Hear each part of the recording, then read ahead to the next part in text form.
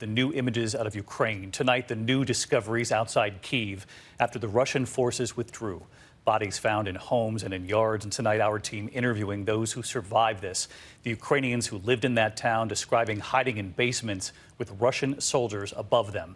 Tonight, U.S. Secretary of State Antony Blinken saying what we have seen in Bucha is not the random act of a rogue unit, but a deliberate campaign to kill, to torture, to rape, to commit atrocities. Outside the capital of Kyiv in Bucha today, field engineers conducting mine clearance among the destroyed vehicles that now litter the streets. City workers there carrying away the bodies of some of the dead. Ukrainian officials now say more than 400 civilian bodies have now been recovered already, men, women, and children. Many of them buried in mass graves. Our James Longman visiting a church and the trench dug nearby, more bodies found inside. And the residents and their harrowing stories of survival tonight. This man telling our team the Russians killed all of the men under 50. He says he survived because he is 53, left behind to now bury his friends. Tonight, Russia claims the carnage was staged by the Ukrainians, but tonight the satellite images from well before the Russians left. And the Ukrainian military just releasing drone video from March 3rd, a month ago, of a person on a bicycle, a Russian tank opening fire. That body still there, and images released just days ago. Just one image of the horror, while the Russians were obviously still there. Ukrainian President Zelenskyy speaking to the UN Security Council, warning the world will see more images just like the ones out of Bucha. He says wherever the Russian troops move out next. ABC's James Longman leading us off again tonight from inside Ukraine, and we warn you, the images are disturbing. As Russian forces move away from Bucha, residents are slowly emerging from their hiding places with stories of terror and suffering. Mykola was forced to live in the basement of his apartment building as Russian soldiers moved in. And when they arrived, the horror began. They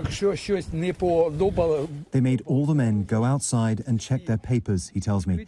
And if they found anything they didn't like, they would shoot them immediately and not ask any questions. He says the Russians shot everyone under the age of 50.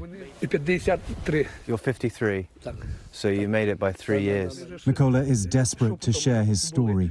You've told me what's happened. I'd like to know what you feel. But the mental toll this has taken is clear. You're shaking. His friends were murdered in front of him, one with a grenade. He had to collect his body parts. They've been buried just in the gardens alongside this car. Behind the car here, you can see another grave. And this is a story that's replicated again and again and again here. And this is what Russian soldiers did to these homes. I don't think there's any better way of showing you just how much civilians have been on the front line of this war. Someone's living room, now a war zone. Russians were squatting here, were living here. They occupied this place, and now it's destroyed. And at the church nearby, graphic images of what appears to be yet another mass grave. You can see maybe 6 or 7 bodies in black bags. There may well be more beneath the earth. And I can see the bodies of people who've just been thrown in as they are, hands and legs poking out of the soil.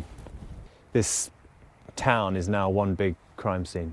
A crime scene which now needs investigating. We met a team from Human Rights Watch gathering evidence of war crimes. What we've heard from residents, what we've been documenting, is really horrific, including reports that Russian forces have pulled people out of their homes, briefly interrogated them, and then executed them. Ukrainian President Zelenskyy was visibly shaken when he visited Bucha yesterday.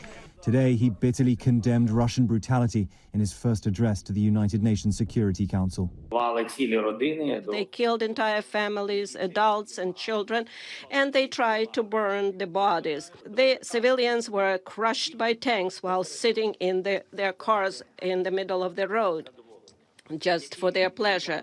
They cut off limbs, cut their throats, slashed their throats. Women were raped and killed in front of their children. Zelenskyy said the United Nations should be, quote, simply closed if it doesn't act to punish Russia. The Kremlin claims the scenes of corpses in Bucha are staged, but the dead have been here for days, even weeks. The Ukrainian military says this video was shot in early March and shows a cyclist making their way through the streets. A Russian tank can then be seen opening fire. Images released just days ago appeared to show the dead body still lying there weeks later, next to the bicycle. City after city has been laid waste by Russian forces with no target off limits. In Mykolaiv in the south, Ukrainian officials released video showing the moment an ambulance is hit outside a children's hospital. Hundreds of people today were racing to escape the fighting in eastern Ukraine, which is only expected to get worse. More than 11 million Ukrainians have now fled their homes since the Russians invaded. American officials today said the US and its allies would push to get Russia suspended from the United Nations Human Rights Council because of its unrestrained brutality. The US ambassador to the UN spoke of filtration camps, where she said Russian forces are separating families and reportedly making tens of thousands of Ukrainian civilians relocate to Russia. I do not need to spell out what these so-called filtration camps are reminiscent of. It's chilling, and we cannot look away. And tonight, a warning from the chairman of the Joint Chiefs of Staff about the risks ahead. The Russian invasion of Ukraine is threatening to undermine not only European peace and stability, but global peace and stability that my parents and a generation of Americans fought so hard to defend. And James Longman joins us again tonight from the Ukrainian capital. And James, President Zelenskyy, we all heard today warning what the world is seeing in Bucha is likely just the beginning, saying there will be atrocities just like these revealed as Russians withdraw from more parts of Ukraine.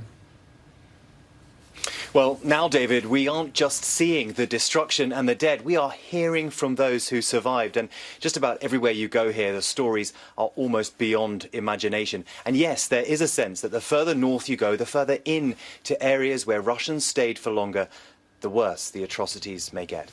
David. James Longman leading us off from Kyiv again tonight. James.